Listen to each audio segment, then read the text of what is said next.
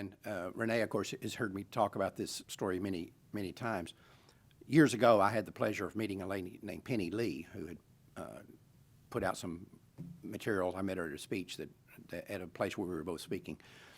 And she had told a story about a man she had met who, during the Nazi Holocaust, was in Germany, and the trains ran beside the church and that were going to Auschwitz in Poland. That when they'd hear these trains coming, they'd hear the trains approaching the church every Sunday, and they knew who was on there. They could hear the people sometimes on these trains.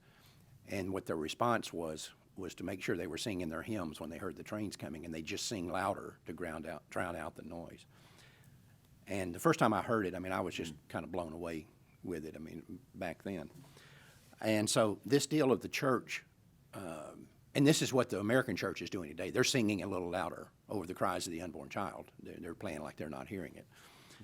Now a group down in Florida called the Kingdom Work Studios has done a short video, about 10 minutes long, on that issue. Mm-hmm. You know, we hear a lot of things come out in the Christian community, and a lot of it is pretty poor quality, and you know, you're always skeptical when people say, oh, this is great, go watch this. And I'll tell you, I watched this thing, and I don't think you watched it yesterday. I had you watch it. Yes, excellent. You can't watch this. Could you watch it and not be emotionally No. devastated by it? Yeah, it's very emotionally devastating. It is, but it's reflective of what's going on in this culture. Yeah. Let's take a look at this video.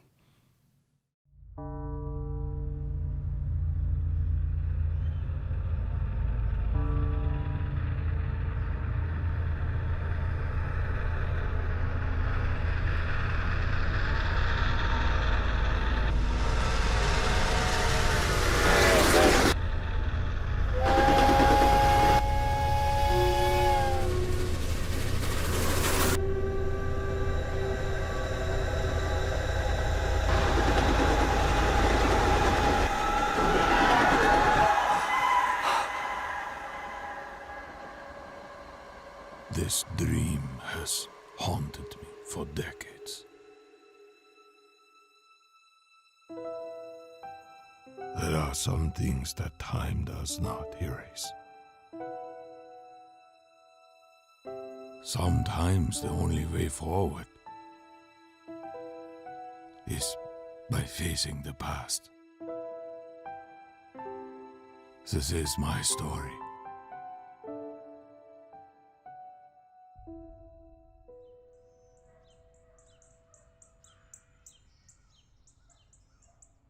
I lived in Germany during the Nazi Holocaust. A railroad track ran behind our small church, and each Sunday morning at the exact same time, we heard the whistle from a distance and then the clacking of the wheels moving over the track. It was at the same time every Sunday. We felt the rattling from the trail of cattle cars, accompanied by the screeching of metal that would echo through our church walls. It was a Sunday in the spring that would change my life forever. Jesus said, "Do not resist an evildoer. But if anyone strikes you on the right cheek, turn the other also." Loving your enemy. This is a far better way. This is how we were called to live. To understand this unnatural virtue, we must look to Jesus Christ as our model and our guide.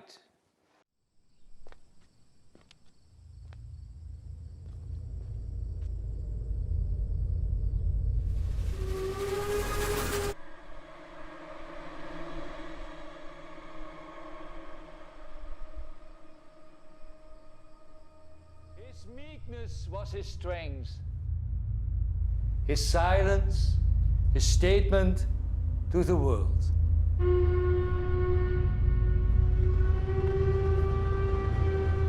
We must pray for those who persecute us. Prayer is the mechanism that reaches heaven and moves mankind. prayer. It's easy to underestimate prayer. But this quiet action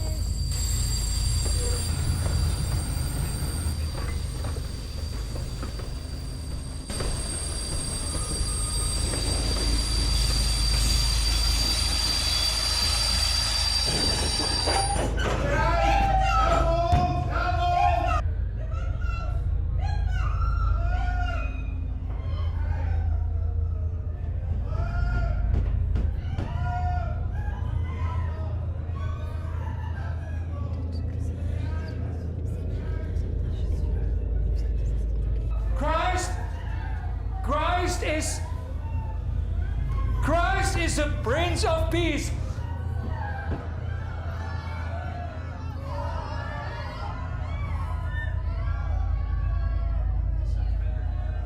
And as we better come to know Jesus, we learn to choose as He chooses. We learn to love our enemies and allow God's peace to rule within our hearts.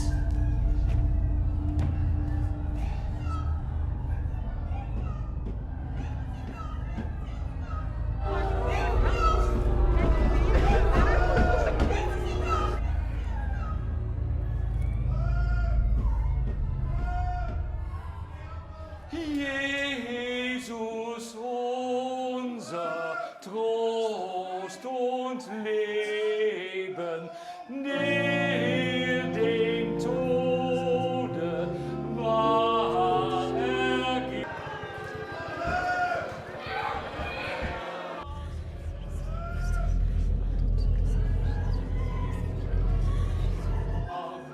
Sieg und Leben wiederbrachst.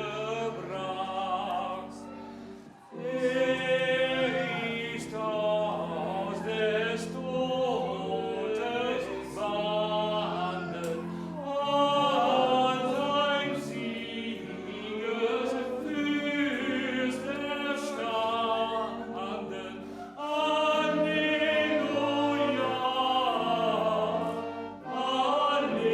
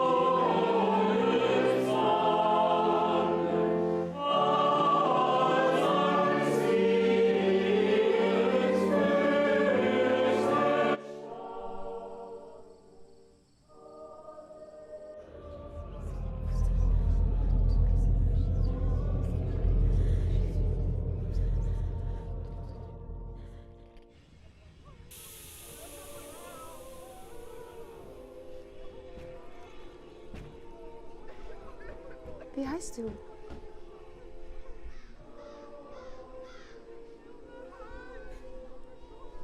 Wie heißt du?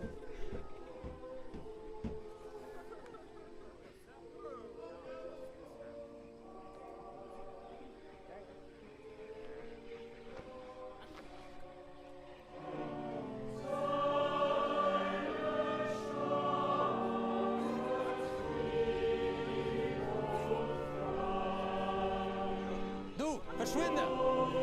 Verschwinde!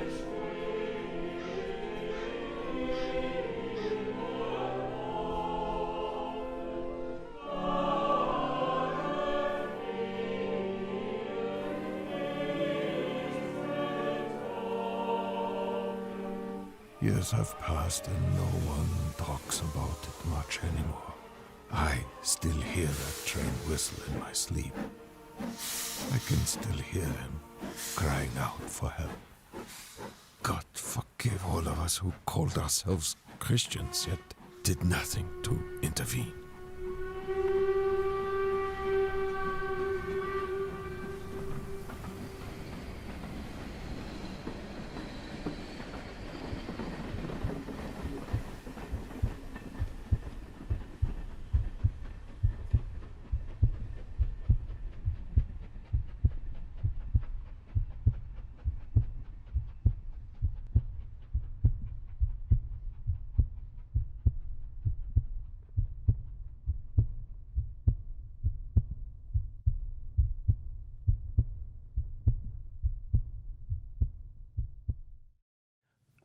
Like I said, I don't see how you can watch that and not be impacted by it. I mean, it's a perfect rendition of this man's story.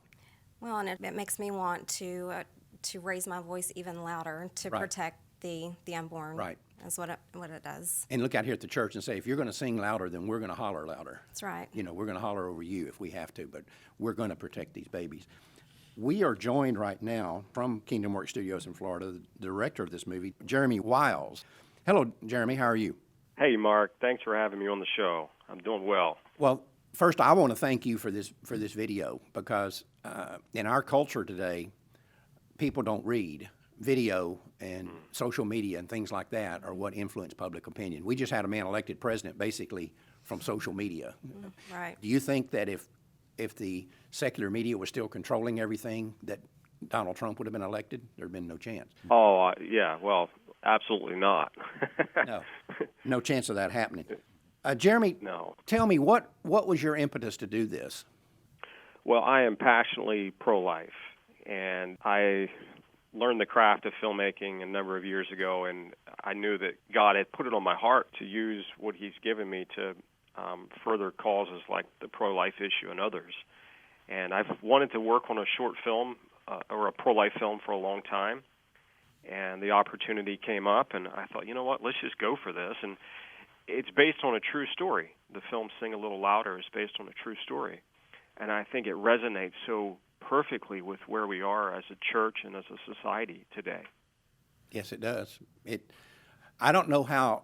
You said you studied the craft of filmmaking, or I'd say you perfected the craft of filmmaking from watching. Oh, I appreciate that. I'm still learning. I've got a long way to go. Well, that's kind of like the way we were when we did Ma'afa 21, our documentary on black genocide. We learned on the job, so to speak. Yeah, you did a very fine job. But let me ask you, Thank you. what are you attempting to accomplish through this film?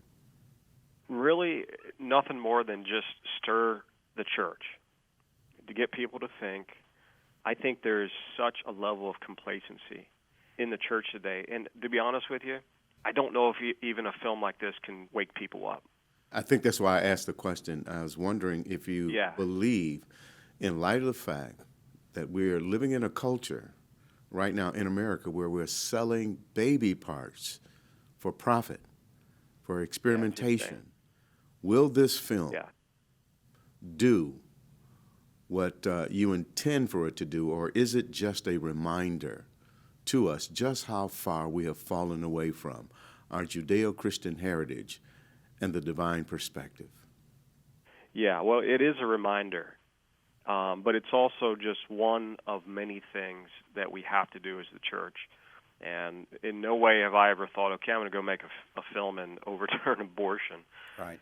You know, it shows like LifeTalk and others who are out there on the front lines fighting for the unborn every single day. It's all of us together who are doing our part. And that's really what I wanted to do. I wanted to give a film to ministries like yourself and say, here, take it to your supporters, get them to share it with their friends, and hopefully along the path, along that journey of sharing it with others, someone who is on the fence about this issue with life, maybe they'll watch it, and maybe it will turn their viewpoint at the last second. Well, you know, Jeremy, Oh. I'll tell you this. If the film doesn't do anything more than prick the conscience of the church, and I don't think somebody can watch this and not have their conscience pricked. I don't see how they could do that. They would have to be just completely brain dead not to see the connection between abortion and the Nazi Holocaust and these people ignoring it, and now we're ignoring it. And so I think if you can do nothing more than just prick the conscience of the church, I think that's a valuable thing to do, is to not make them comfortable in ignoring the cries of the unborn child. I was going to say, it is just another tool to try to open the eyes of people, everyday people, leaders in churches, just to get that out and to show people exactly what's going on and the comparison. The church needs to be something more than just a social club where you come together with a bunch of other people that you think are nice people and they won't steal your wallet if it drops on the floor. It needs to be more than that. And right now it's not. You know, we're supposed to be salt and light of the world.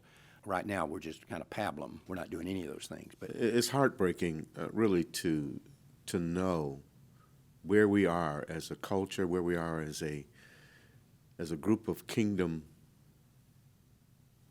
children of God, that we've lost our sensitivity. Right. That we don't care about these babies. Mm-hmm. I mean, it's heartbreaking. It is heartbreaking. It is truly heartbreaking. But again, I want to commend you, Jeremy. I guarantee you hit the right tone with this. You may think you're only trying to work on the craft of filmmaking. You perfected it with this deal, as far as I'm concerned. I really appreciate that.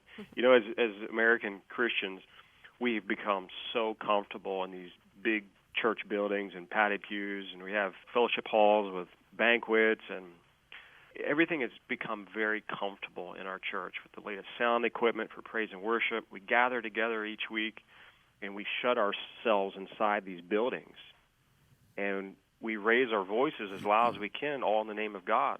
And yet, in the heavenly realm, our voices raised in praise are drowned out by screams of agony from millions of babies who are being executed before they're born. That part of the film where the preacher is preaching, and he's preaching about peace and the attitude of Christ and love your neighbor, love your enemies, I thought that was very powerful, juxtaposed to the reality of the suffering that was going on outside the church in those trains. I thought that was interesting how you did that. Yeah, thank you. There's lots of good symbolism. Really appreciate that. Yeah. And very powerful. We want to just, again, tell you how much we appreciate your doing this, and I'm sure we'll have you back on at a future date, because I know you're going to do some other things. Oh, I've got a whole list of things, man. I'm ready to tear things up in this society. Well, good. I look at it as I got 80 years on this earth, maybe, and I think that's how believers should look at it. We have got a short period of time. Right. Let's use the time that God's given us to do something. And he's given you some talent, he's given you some skill, or maybe he's given you money or a message or something, but do something with what he's given you. That's right. That's exactly right. Renee and I have this conversation routinely. We do. Yeah. Sort of reminds you of what happened with Moses when he came to the Red Sea and he began to pray and ask for God's help. I mean, with powerful words, and God answers and says, "What's that in your hand?" In other words, use what you got, son. Right, right. And he raised the stick, and the Red Sea opened. So right, you're right. Exactly. Isn't that the truth? And you know, if the Christians in that old man's church had done something, they probably would have been killed. But that's not the case with us. We don't even have an excuse for our silence today. And we still continue to be silent. Right. And really, the level of persecution that we face today as Christians is maybe our friends will look down at us. Yeah. Like, seriously? That's true. Really? Yeah. Maybe we'll be unpopular. Yeah. Maybe maybe someone on Facebook will unfriend us. Right. Oh, wow. Well, I'll tell you, when Renee first started this project of bringing you more in depth into the pro-life movement and training you to take over for me if something happened one day when I finally croak or whatever, you know, I told you at the time, I said, you need to be aware of the price you're going to pay. Yes. And I don't know that you fully either believed me or understood it at that time, but you do now. Oh, I do, very much so. Because you've lost family members, family members, and that's okay. That's the nature of it. Yep. But that's okay. You know, if that's what it costs to do this, then that's what it costs to do this. But, Amen. But God has called us to this ministry, and we're going to fight. Yep. Well, thank you for joining us, God bless Jeremy. you guys for doing what you do. Well, thank you, sir. Thank you for joining us. Thank you for having me on. I really appreciate it. Bye-bye.